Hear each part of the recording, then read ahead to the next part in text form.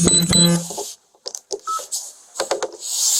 Okay, today's date is January 19th, 2022. The time is approximately 2:29 p.m.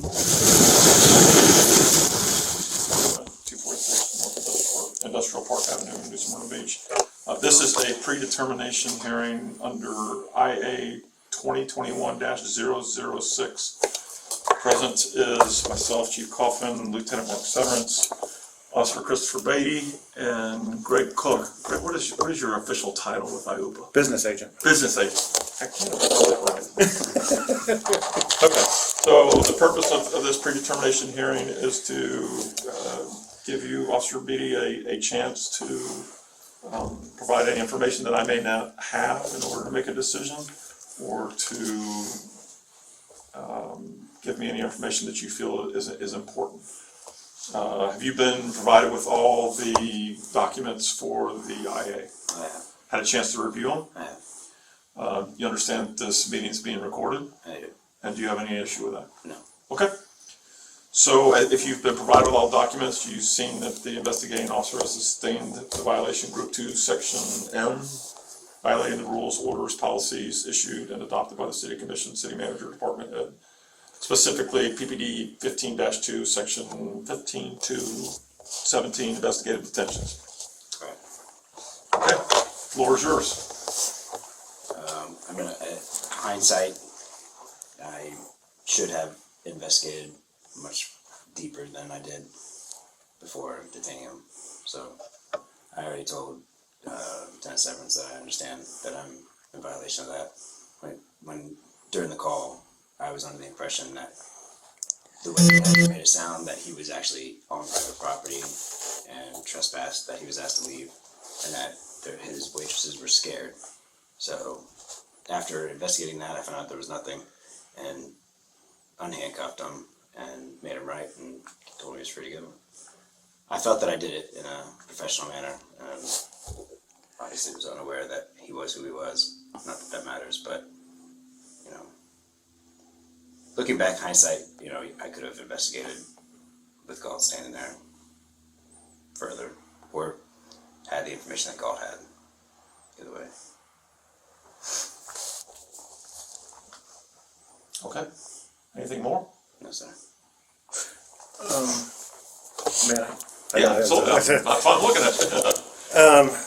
this is kind of he was baiting No question. no question about, and he baited him, and he's admitted to making some mistakes there. Don't think it was intentional. Didn't go in there to intentionally, wasn't a for lack of a better term, pissing off the police thing or anything like that. I watched the video. My opinion, I didn't think it was that bad. I think the guy had a minimal detention. He wasn't thrown to the ground. He wasn't tased. Was it did the violation occur? Yeah, he did procedurally, but he also didn't go into it looking to do that. It was a mistake, and I think all of us sitting here have been police officers. I think mistakes have been made in all of our careers, and especially with this, this guy was probably, in my opinion, doing stuff that would elicit the very call that came into to dispatch that he wanted in order to create the confusion. He's not new to this, and I think that should be given some consideration. And he walked blindly right into it. But both of the officers. I have seen this same group go out there and fly or act like they're flying whatever those drones and looking up. And the officer's out there telling them there's no drone. They're just out there baiting the officer. So, I hope that you guys give that the due consideration. And to speak to his professionalism, I actually, once I found out about it, went onto the website. And he's followed around and he's cussed at and he's belittled. And I think that speaks to his professionalism, and that he didn't, he made a mistake, and he's letting this guy voice his his constitutional freedom of speech, and he doesn't get derogatory. He doesn't do anything. He takes it. He gets in his car. He does his job. I think I think as a whole, if you look at it as a whole, I think, yes, it was a mistake. It was not an intentional mistake. They got you. And I think that we shouldn't, my personal opinion is all these officers out here, there's going to be a mistake, and to have hammer them with the discipline when in a situation like this for a group that is coming after the officers to elicit this very kind of reaction and kind of tricking them in that kind of reaction. I think that, I hope that gets looked at as in the totality of determining what kind of discipline to issue. I really do. And I've ran into this group. I've been a victim of this group before. Yeah, I mean, that's part of this, the predetermination hearing, Greg. I mean, I look at all the circumstances. Right.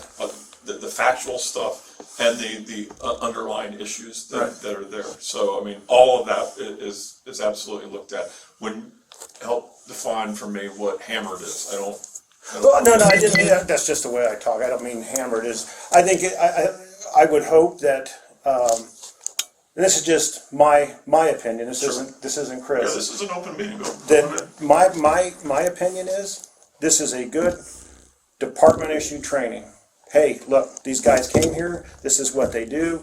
You have to make sure that you understand where the line is, because they're going to go right up to it and they're going to force you to get it. And I think it's a good training opportunity to give to the whole department and make it a learning experience. That's how I see it. So that's already been resolved. We immediately addressed the training issue, as we do with every incident that we have, whether it involves discipline or it doesn't. If we see that there's some deficiency somewhere, both either on the officer's part or as an agency part, we stepped right in right away and provided training for all the officers on this particular issue. I will tell you that less than a half hour before this, he came and tried to bait me in the commission meeting. Right. And I didn't fall into the trap. I think that sometimes, I'll choose the right words here. I don't know if officiousness or whatever is an issue with officers of, I think that sometimes officers should just take a second and just take a hot minute or a deep breath and say, what is going on here? And when someone challenges us, not take it personally. Yes. They're not challenging me or you or whatever. They're challenging the uniform and the badge. It's like we just happen to be wearing it, so we shouldn't take personal offense to it. Right. I can say I don't ever take it personal. And watching the video, my voice is never raised. It never sounds like I'm backed into a corner. To me, it's not personal. I don't wear this badge. I wear it with honor, but I don't wear it like I'm the police, like some people. I'm going to stay where I'm going to stay, regardless of what you think. Okay, so then why the conversation about whether or not someone is entitled to an attorney, and then the response of you get an attorney in court, not out here? Because we don't ever call an attorney to the scene. And do you think that's the appropriate response, or would it be this is, either, yes, it is a custodial interrogation, or it's not a custodial interrogation, and that determines what an attorney is, as opposed to, you don't get one out here. I'm just asking a question. I mean, it's not. I've never used that word before. I've been asked that several times, and I just tell them that we don't do attorneys on the side of the road. That's what the court system's for. Okay. That's not.